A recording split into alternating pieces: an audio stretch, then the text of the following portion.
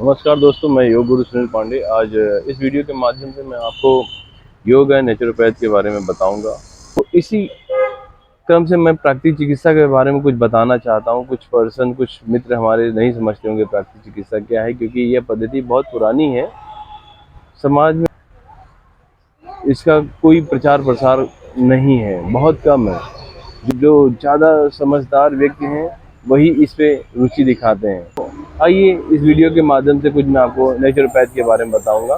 समझते हैं नेचुरोपैथ क्या है। दोस्तों, प्राकृतिक चिकित्सा नेचुरोपैथी एक सहज चिकित्सा पद्धति है। इस चिकित्सा के द्वारा उपचार के क्रम में रोगी व्यक्ति के शरीर के अंदर रोग प्रतिरोध क्षमता का विकसित किया जाता है, जिससे वो रोगाणुओं से लड़ सके। प्राकृतिक चिकित्सा पद्धति के अंतर्गत निम्न प्रकार की चिकित्सा की जाती है: जल चिकित्सा, सूर्य चिकित्सा, एक्यूपंक्चर, एक्यूप्रेशर, मृदा चिकित्सा इत्यादि। प्राकृतिक चिकित्सा को बढ़ावा देने में विश्व की कई महत्वपूर्ण चिकित्सा पद्धति का विशेष योगदान है, जैसे भारतीय आयुर्वेद चिकित्सा और यूरोप का नेचर क्योर। चिकित्सा के क्षेत्र में रचनात्मक ने प्राकृतिक चिकित्सा का जन्म दिया। इस चिकित्सा पद्धति का उद्देश्य प्राकृतिक पे उपलब्ध तत्वों को प्राकृतिक रूप में प्रयोग कर रोगों को समूल नाश करना है। यह सिर्फ एक चिकित्सा पद्धति न होकर एक प्राकृतिक जीवन शैली का अभ्यास है, जिसे रोग का समूल नाश हो जाता है। सही जीवन शैली से भविष्य में रोग होने की संभावना बिल्कुल खत्म हो जाती है। प्राकृतिक चिकित्सा पद्धति में भोज्य पदार्थों को, विशेष दालों और सब्जियों, उनकी प्राकृतिक अवस्था में सेवन करने की सलाह दी जाती है। अल्पाहार यानी बिना पकाए हुए भोजन प्राकृतिक चिकित्सा का मूलभूत सिद्धांत है।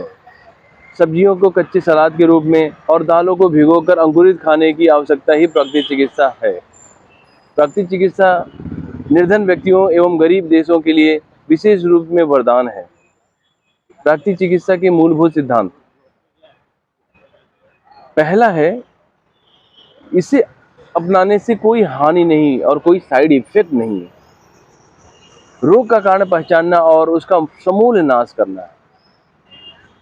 स्वस्थ जीवन जीने की शिक्षा प्राकृतिक चिकित्सा शैली का अनुमान और इसका अनुपालन सिखाना है।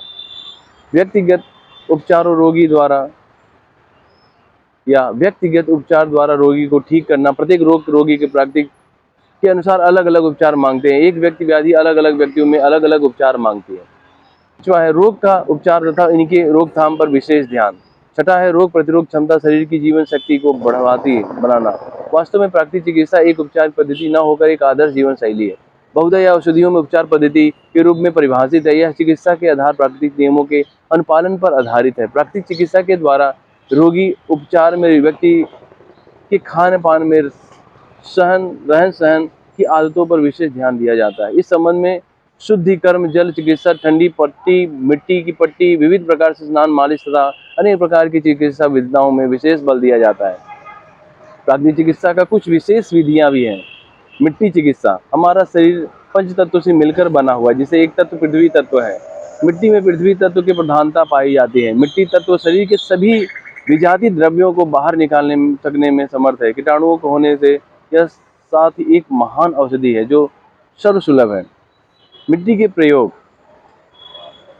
उदर विकार, सब विध्वंस, मधुमेह, सिर दर्द, उच्च रक्तचाप, ज्वर, चर्म विकार आदि रोगों के उपचार के लिए प्रयोग किया जाता है। रोगी को पीड़ित अंगों को ध्यान में रखते हुए अलग अलग मिट्टी की पट्टी बनाई जाती है। वस्ती एनिमा कैसे प्रयोग करते हैं? रोगी के रोग को उपचार के पूर्व एवं प्रयोग किया जाता है, जिससे पोट शुद्ध हो जाती है। रोग प्रकृति के अनुसार नींबू जल, शुद्ध जल, रक्त निम्न क्वाथ कढ़ा और प्रयोग किया जाता है। वस्ती एनिमा यह क्रिया है। इसे गुदा मार्ग, मूत्र मार्ग, अमर्ग, वर्ग, गुण और आदि औषधियां विभिन्न पदार्थों द्वारा शरीर में प्रवेश कराया जाता है।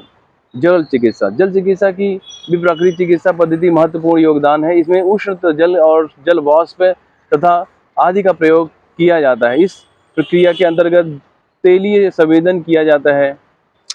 इस क्रिया के अंतर्गत गर्म तौलिए से स्वेदन किया जाता है। वातजन्य रोग जैसे पक्षघात, उदर रोग, अम्लपित्तादि रोगी कोटि स्नान, टब स्नान, फुट बाथ, प्रत्येक कुंजल और नेति आदि का प्रयोग किया जाता है।